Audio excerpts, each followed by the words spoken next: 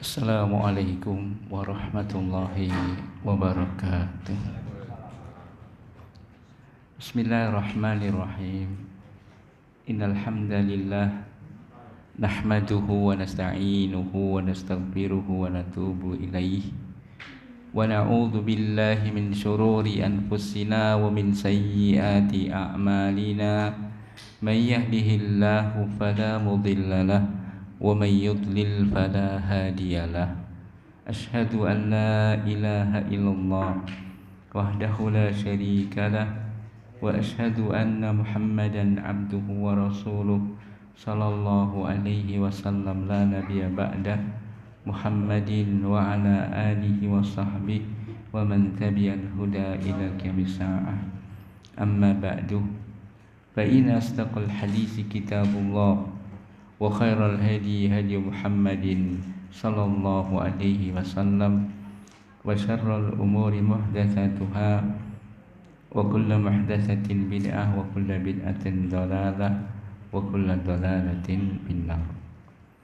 Para bapak, para ibu sedaya ingkang kula hormati, ingkang tansah dipun rahmati dening Allah.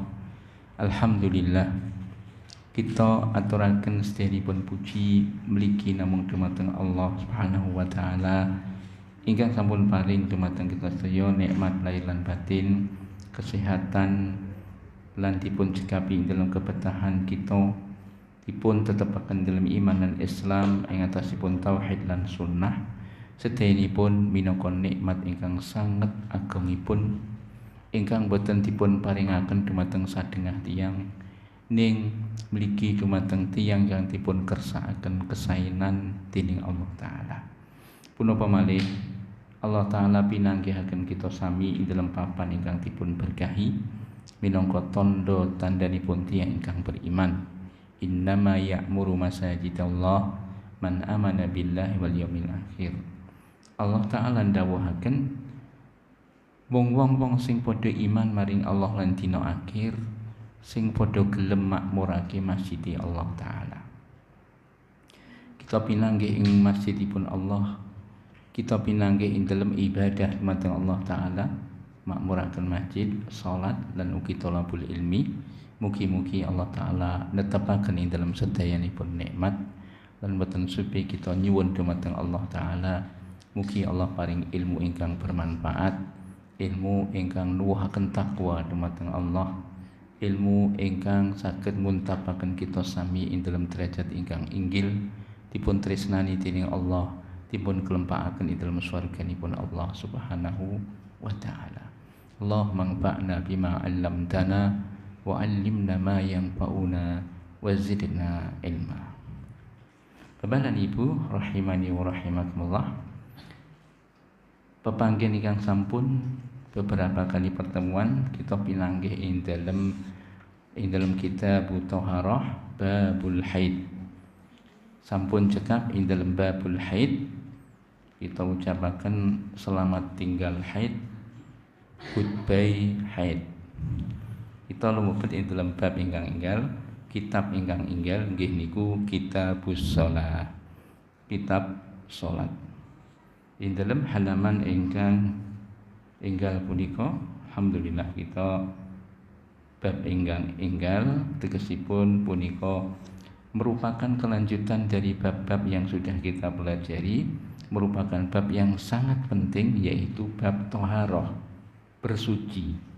Kemudian setelah itu, karena bersuci merupakan kunci dalam melaksanakan sholat, didahulukan oleh Al-Imam Ibnu Hajar Asqalani rahimahullah.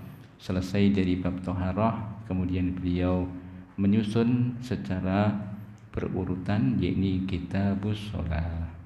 Kita masuk dalam kitab salat. Bapak dan Ibu yang berbahagia, as-salatu, salat, secara bahasa lugatan, secara linguistik, makna as-salat itu adalah ad-du'a, doa. Karena di dalam salat sejak awal sampai akhir berisi permohonan doa kita kepada Allah. As-salatu hiya ad-du'a secara bahasa.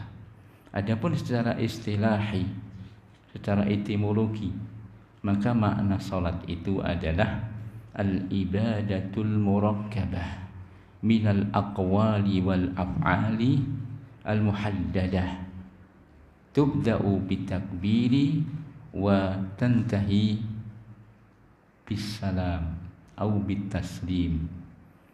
Makna salat secara istilah itu adalah sebuah ibadah. Sebuah ibadah yang merupakan gabungan dari ibadah ucapan lisan dan juga perbuatan yang terbatas secara khusus ditetapkan oleh Allah Subhanahu wa taala, karena ibadah itu dikehendaki caranya oleh Allah taala sendiri. Diawali dengan takbir, yakni takbiratul ihram, Allahu Akbar sebagai pembuka salat, dan diakhiri dengan ucapan salam, Assalamualaikum. Maka itu merupakan rangkaian ibadah yang merupakan gabungan dari ibadahnya lisan berupa doa dan perbuatan berupa berdiri, rukuk, sujud, duduk di antara dua sujud, salam dan seterusnya. Maka itulah ibadah salat secara istilahi atau etimologi. Bapak dan Ibu yang berbahagia, salat itu merupakan ibadah yang sangat-sangat istimewa.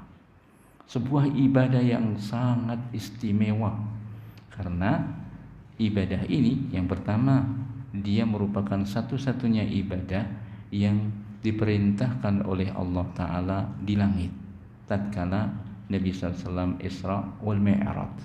Mi'raj di langit yang ketujuh, diperintahkan Allah Ta'ala salat sehari 50 kali 50 kali dalam sehari.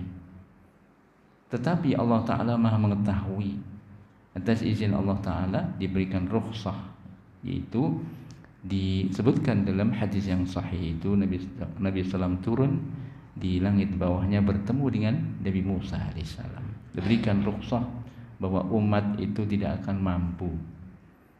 Kalau umat zaman dahulu badannya besar, usianya panjang Bapak Ibu. Umat-umat terdahulu itu rentang masanya ratusan tahun usianya. Sedangkan umat akhir zaman ini disebutkan oleh Nabi SAW sendiri, a'maru ummati ma baina sittin was sab'in wa qalilun man tazawada dzalik. Usia umatku itu antara 60 dan 70 tahun, sedikit yang melampaui itu. Ada yang diberikan kelapangan dalam usia, walhamdulillah.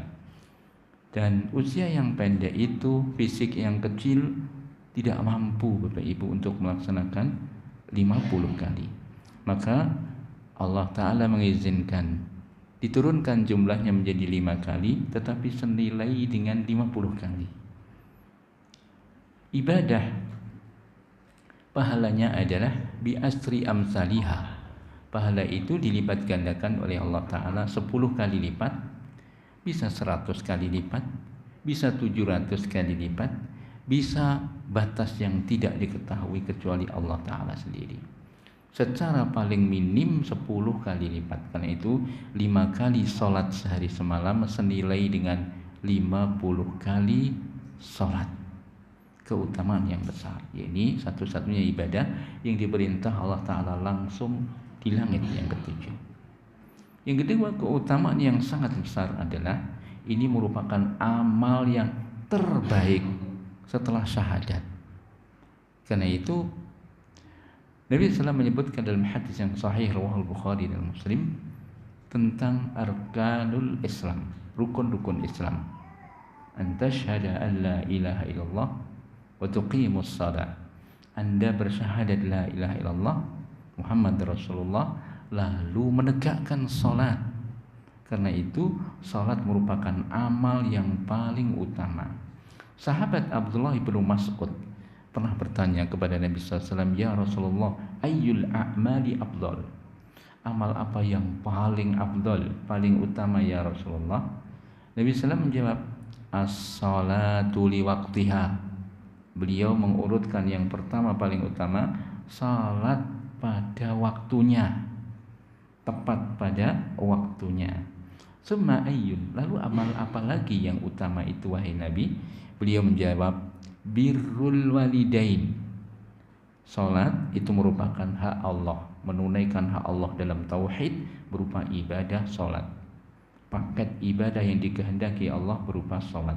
Lalu birrul walidain, berbakti kepada kedua orang tua. Tsumma ayyun, lalu apalagi ya Rasulullah? Beliau menyebutkan al jihadu fi sabilillah, jihad fi sabilillah, berjuang meninggikan kalimat Allah, maka itulah jihad fi sabilillah. Mungkin jihad dengan senjata, mungkin jihad dengan lisan, mungkin jihad dengan tulisan. Ya, ini membantah kejahatan dan keburukan pemikiran, kerusakan dalam akidah dan seterusnya. Semuanya merupakan bagian jihad fisabilillah. Yang paling tinggi jihad dengan senjata, tetapi itu bersama pemerintah, bukan sendiri-sendiri. Nah, inilah disebutkan Nabi Islam, salat pada waktunya merupakan ibadah yang paling utama setelah syahadat. Maka itu Nabi SAW mewanti-wanti kepada sahabat Hudzaifah bin Yaman ketika diperintahkan untuk dakwah di daerah Yaman. Beliau memerintahkan faltakun awwalu man tad'uhum ilaihi syahadah la ilaha illallah Muhammad Rasulullah.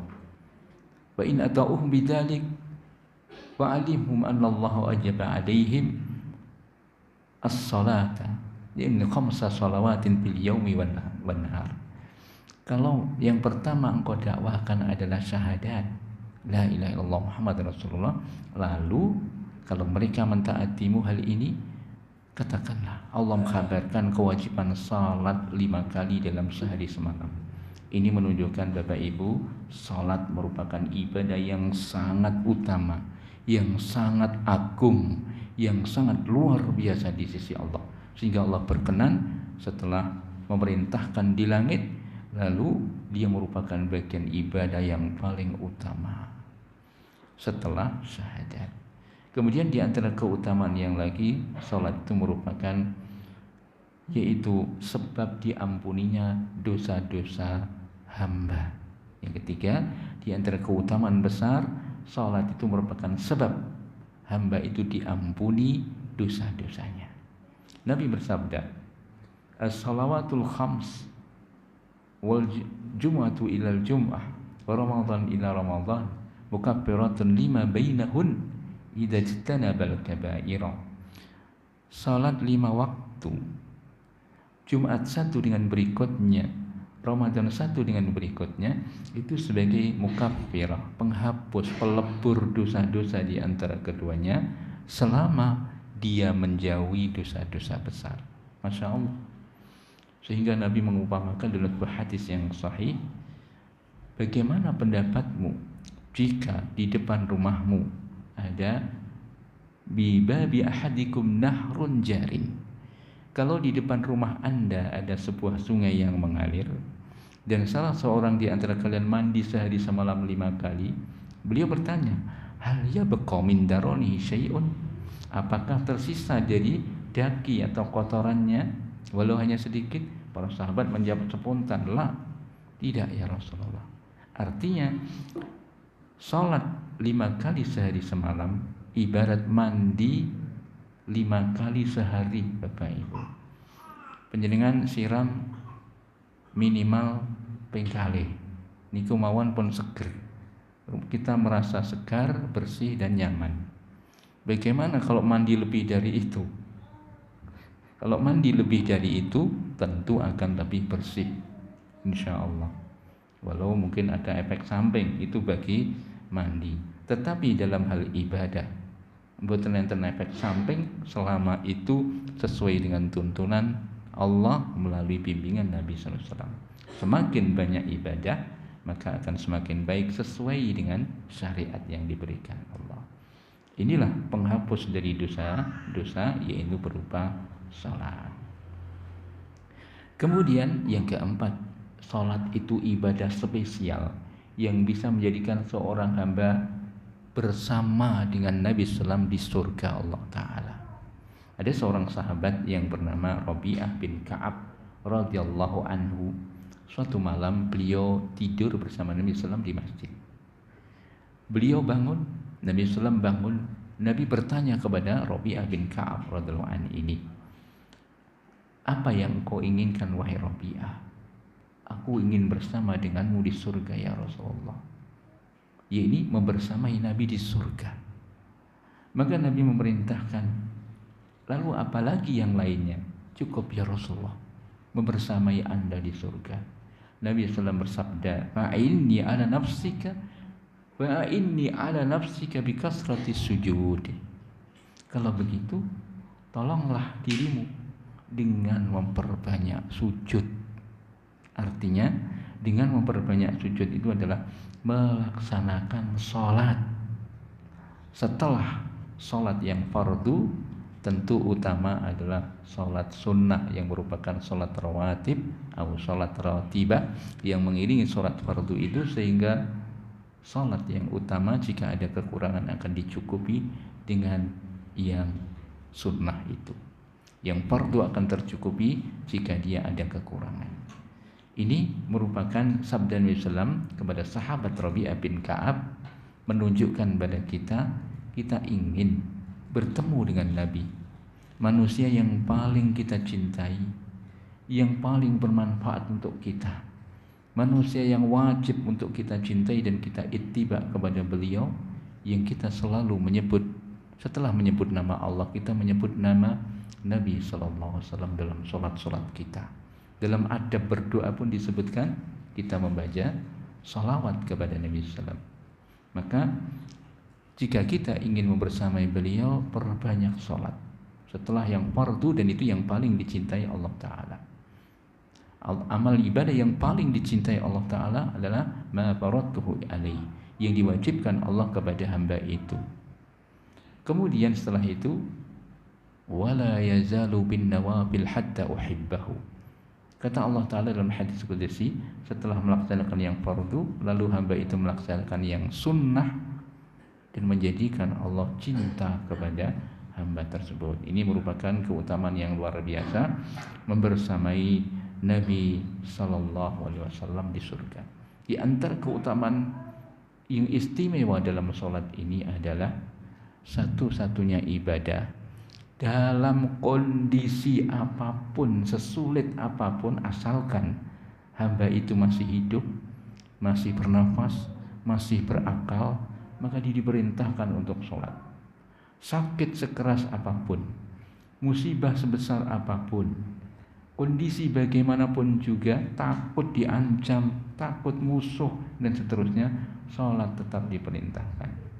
Inilah ibadah yang luar biasa, sehingga ketika hamba sulit, tidak bisa berdiri, dia boleh dengan duduk. Tidak bisa duduk dengan cara tidur. Tidur gak bisa bergerak dengan isyarat mata. Inilah merupakan ibadah yang istimewa yang tidak diberikan pada ibadah yang lain. Infak sedekah, tidak mampu, enggak wajib infak. Haji dan umroh, tidak mampu, niat sudah mendapatkan ganjarannya, tidak diwajibkan untuk melaksanakan itu. Kemudian siam, tidak mampu beneran, dibolehkan dengan membayar fidyah. Fidyah enggak mampu juga, kalau memang fisiknya yang lemah dan tidak mampu kondisi untuk membayar itu, tidak ada kewajiban untuknya. Allah Maha Pengasih dan Penyayang. Karena itu melaksanakan ketaatan kepada Allah, fattaqullaha mastata'tum. Ini bertakwa kepada Allah semampu kita. Inilah keutamaan yang luar biasa dari ibadah yang berupa salat, yang itu merupakan perintah Allah Ta'ala, warka'u ma'ar rakiin, wa aqimus shalah wa atuz zakah warka'u ma'ar rakiin. Tunaikan salat, keluarkan zakat, rukuklah bersama dengan orang-orang yang rukuk. Ini merupakan perintah yang menunjukkan kepada kewajiban dan keutamaannya luar biasa. Bahkan Bapak Ibu, tidak hanya kita, umat-umat terdahulu diberitakan dalam Al-Quran, mereka rukuk dan sujud kepada Allah. Inilah ibadah yang di dalam sholat itu ada satu amal yang istimewa pula. Amal yang istimewa dalam sholat yaitu saat yang paling dekat hamba kepada Allah Ta'ala. Nabi bersabda, aqrabu ma yakunul abdi min rabbih wa huwa sajidun fa'kthiru bihi minad du'a. Kondisi hamba yang paling dekat dengan Allah yaitu pada saat sujud. Bapak Ibu, saat kondisi yang sangat dekat dengan Allah, didengarkan rintihannya, didengarkan doanya, yaitu ketika sujud. Perbanyaklah doa di dalam sujud. Ini ibadah yang istimewa. Allah dekat dengan hamba bukan dengan zatnya, tetapi dengan ilmunya, dengan pandangannya, dengan pendengarannya, dan semuanya itu menunjukkan kemahakuasaan Allah Ta'ala. Ibadah yang istimewa, dekatnya hamba dengan Allah. Karena itu banyak sholat, banyak sujud, sebagaimana kata Nabi SAW, menjadikan sebab bersama dengan beliau di surga Allah Ta'ala. Bapak Ibu, kita awali pada kitab sholat. Setelah kita kemarin membahas tentang haid, di halaman 71, di halaman 72 ini tentang kitab sholat. Babul mawaqit, bab waktu-waktu sholat. Bab waktu-waktu sholat. Bapak Ibu, ini sangat penting sekali karena Allah pun berfirman dalam Al-Quran, ini menunjukkan kepada keberadaan waktu ini. Inna salata kanat 'alal mu'minina kitaban mawquta. Sesungguhnya salat itu bagi orang-orang yang beriman ada waktu-waktu yang telah ditetapkan oleh Allah Subhanahu wa taala. Kalau zaman riyen Bapak Ibu niku dereng wonten jam, dereng wonten weker, dereng wonten HP, maka waktu yang tidak berubah dan pasti bisa dilihat adalah matahari. Dan ini telah diberitakan Allah Subhanahu wa taala tentang yaitu perubahan-perubahan pergeseran waktu itu yang bisa menunjukkan kepada masuknya satu waktu ke waktu berikutnya untuk melaksanakan salat. Sebagaimana contoh dalam firman Allah Ta'ala surat Al-Isra ayat yang ke-78, Allah berfirman, ini aqimis salata liduluki syamsi, aqimis salata liduluki syamsi, tegakkanlah salat sejak awal dari tergelincirnya matahari. Waktu kapan ini Bapak Ibu? Tergelincirnya matahari yaitu waktu duhur. Karena itu waktu duhur yang sangat tepat insyaallah akan ditunjukkan dalam hadis yang mulia ini. Mari kita baca pada hadis yang pertama. Hadis yang ke-147. An Abdullah bin Amrin radhiyallahu anhuma, dari sahabat Abdullah bin Amr, semoga Allah meridai keduanya. Beliau adalah Abdullah bin Amrin ibnul As radhiyallahu anhuma, seorang sahabat yang mulia, anak dari sahabat yang mulia ya, Amr bin As. Abdullah bin Amr bin As radhiyallahu anhu, yang beliau ini masuk Islam pada tahun 7 Hijriah, setahun lebih awal dari bapak beliau. Sehingga putranya ketika ini, Abdullah ini berusia 17 tahun, beliau masuk Islam lebih dulu daripada Amr bin As radhiyallahu anhuma. Anna Nabiy sallallahu alaihi wasallam qala, bahwa Nabi sallam pernah bersabda, waktu duhri idza zalati syamsu, waktu duhur itu adalah ketika tergelincirnya matahari. Waktu duhur batasannya adalah ketika matahari tengah lalu bergeser sedikit ke barat, itulah waktu duhur. Bukan pas, yakni pas zawal kenceng sehingga bayang-bayang persis menimpa bendanya atau lurus dengan bendanya. Bukan itu, tetapi agak bergeser sedikit ke arah barat. Ini waktu duhur. Ba'da zalati syams. Wa kana dirrur rajuli katulihi ma lam yahduril asru. Dan bayang-bayang seseorang itu seperti tingginya selama belum datang waktu asar. Nabi SAW menyebutkan dalam hadis ini sebagai rincian dari firman Allah Ta'ala, yang menyebutkan tentang waktu mawaqitus shalah. Apa itu?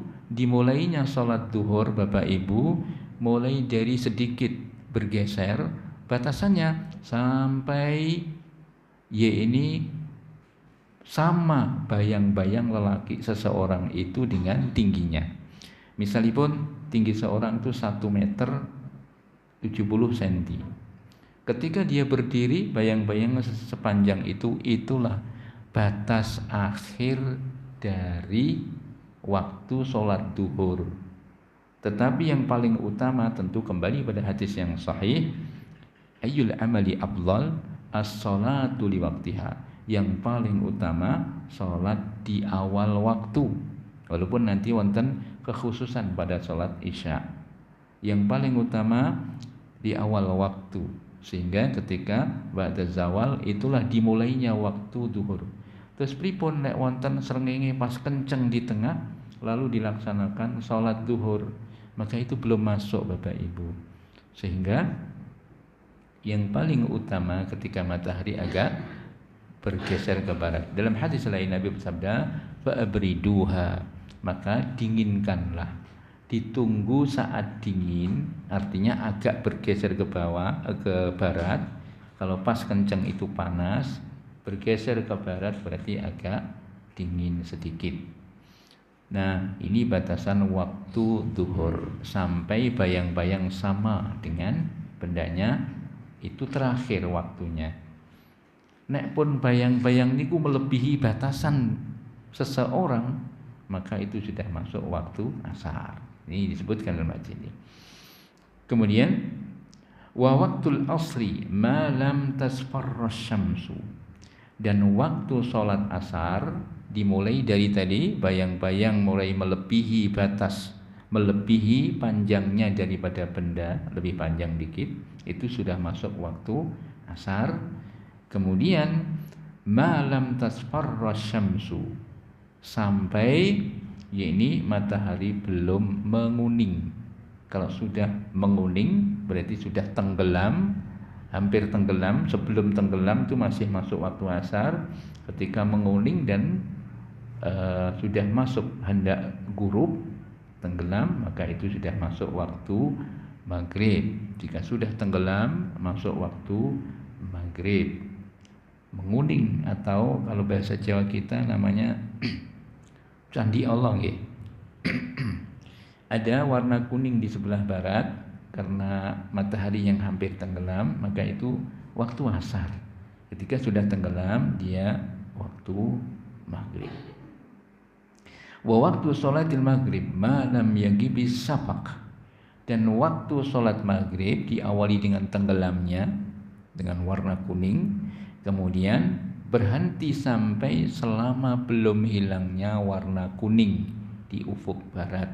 Kalau sudah hilang berarti dia masuk waktu isya.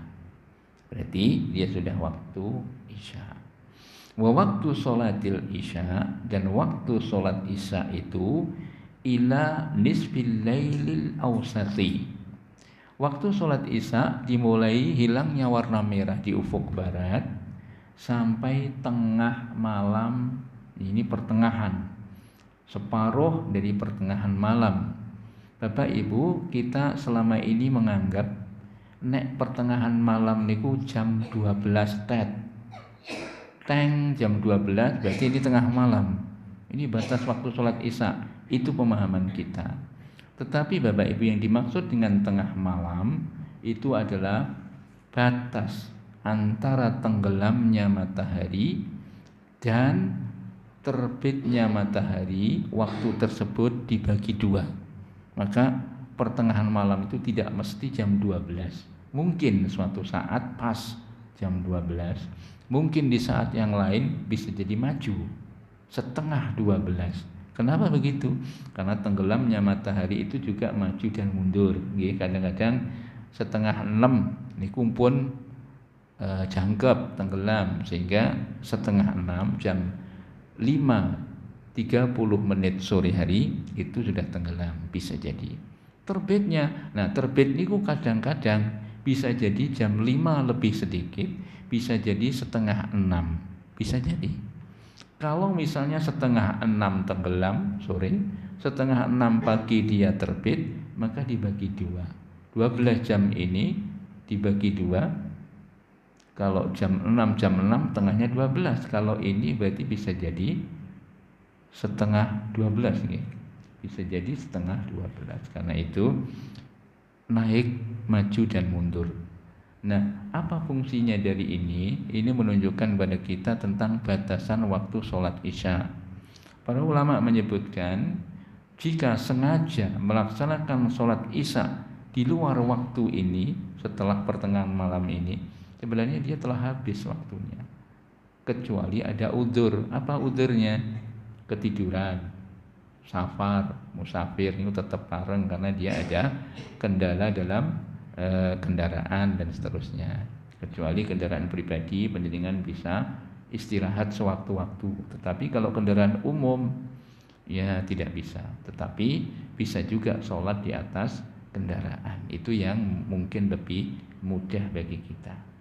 Nah, bagi orang yang bersengaja, misalnya dia memang bermain-main, yaitu begadang bersama kawan-kawannya, ada acara apa, belum tidur, tidak tidur, tapi dia sampai mengakhirkan. Bapak Ibu, mengakhirkan sholat dengan sengaja itu bagian dari sifat-sifat orang yang memiliki penyakit dalam hatinya. Allah Ta'ala berfirman dalam surat Al-Ma'un, fawailul lil musallin alladzina hum an sholatihim sahun alladzina hum yura'un wa yamna'unal ma'un. Allah berfirman, celakalah orang-orang yang sholat. Lihat Bapak Ibu, Allah Ta'ala memberikan peringatan kepada kita. Orang yang sholat masih disebut dengan kecelakaan. Dalam penjelasan lain, neraka wail, celakalah atau baginya neraka wail bagi orang yang sholat. Kok bisa begitu? Orang sholat beramal baik diancam. Yaitu apa? Alladzina hum an salatihim sahun, orang-orang yang lalai dalam sholatnya. Al-Imam Ibnu Katsir ketika menjelaskan ayat yang mulia ini, yuakhiruna an waqtiha, mengakhirkan waktunya dengan sengaja. La yu'addunal wajibatis shalah, tidak menunaikan kewajiban-kewajiban maupun rukunnya maupun syaratnya. Syaratnya, rukunnya maupun kewajibannya dalam sholat tidak ditunaikan.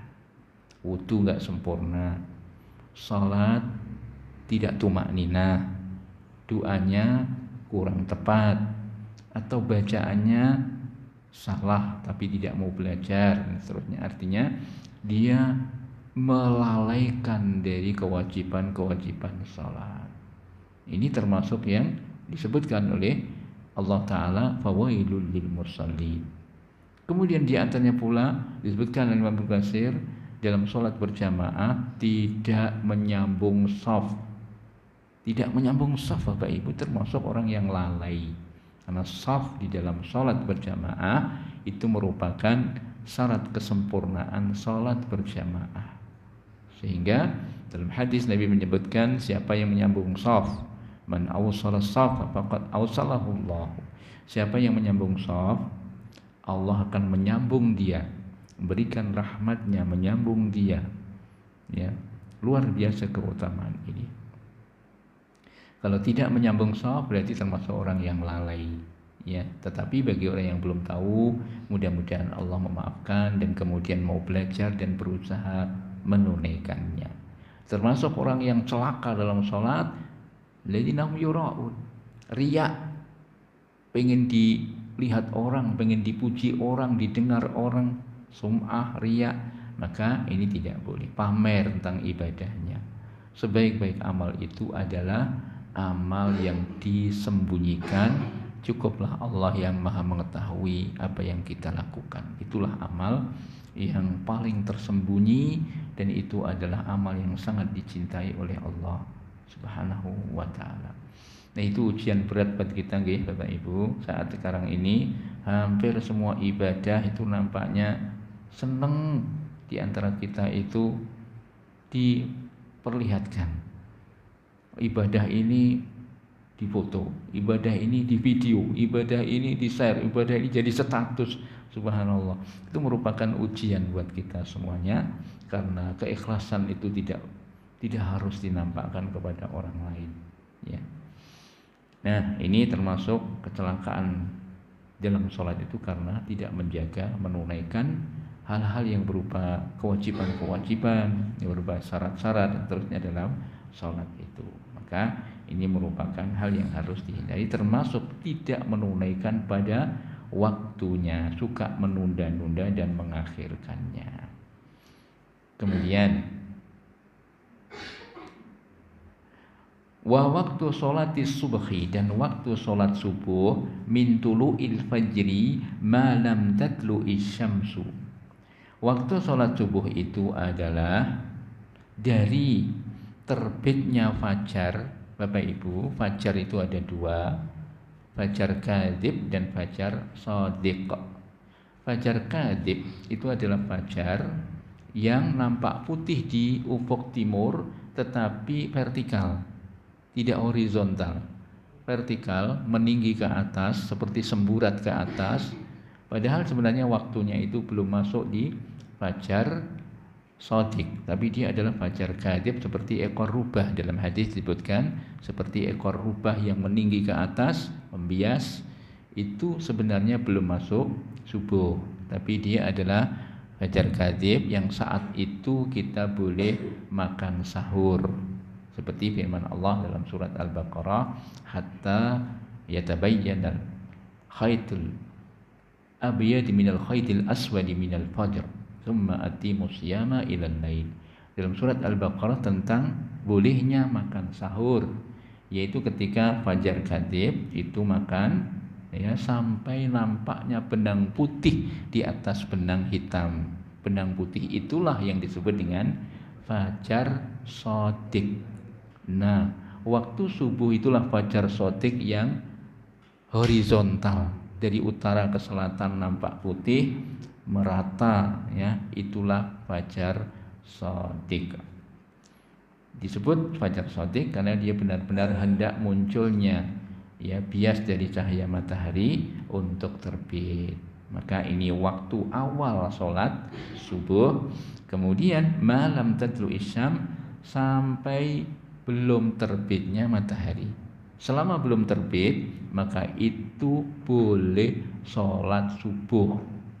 Tetapi kalau waktu sudah mepet sekali hendak habis, itulah waktu yang doruri, waktu yang darurat.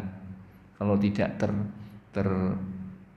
darurat atau kepepet sekali, jangan sampai kita melaksanakan sholat mepet dengan waktu yang hendak habis.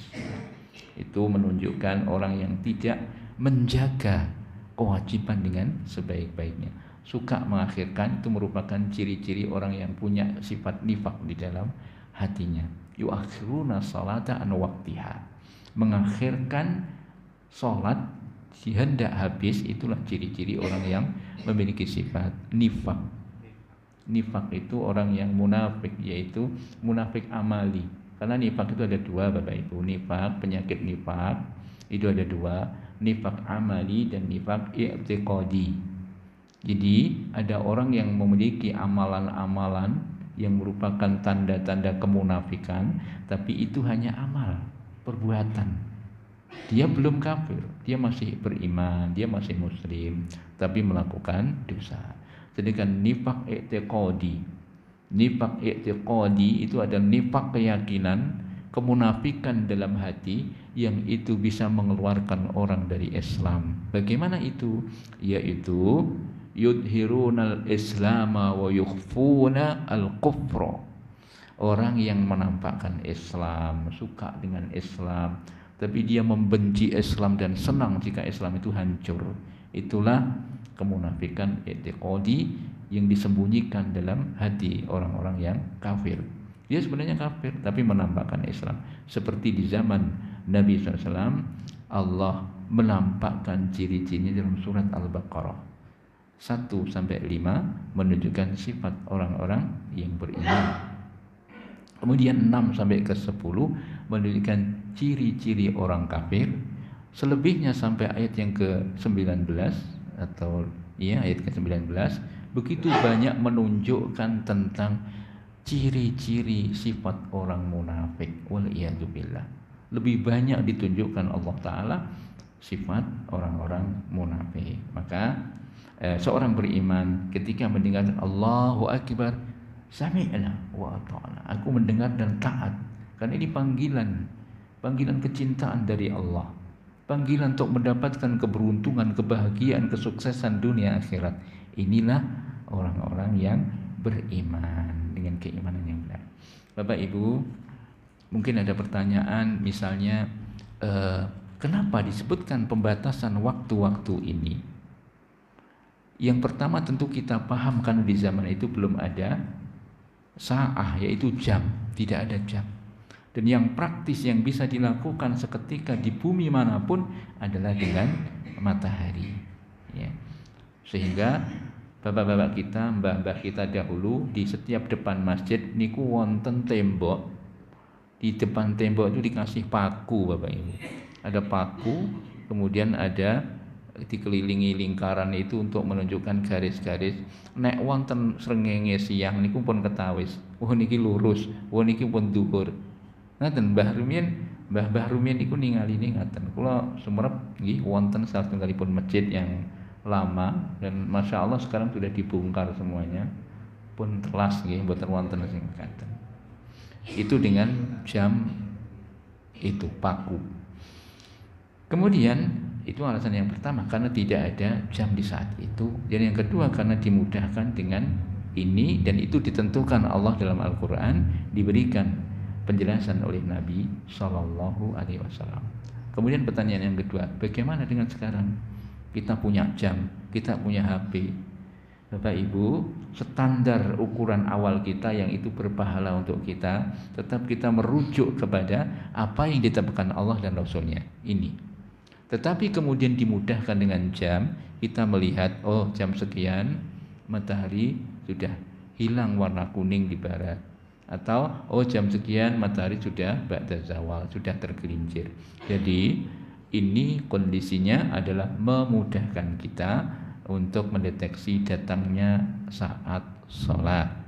Jadi tetap ukuran awal sebagaimana diberitakan oleh Allah Subhanahu wa taala, inna sholata kanat 'alal mu'minina kitaban mawquta. Salat memiliki waktu-waktu yang ditentukan oleh Allah taala.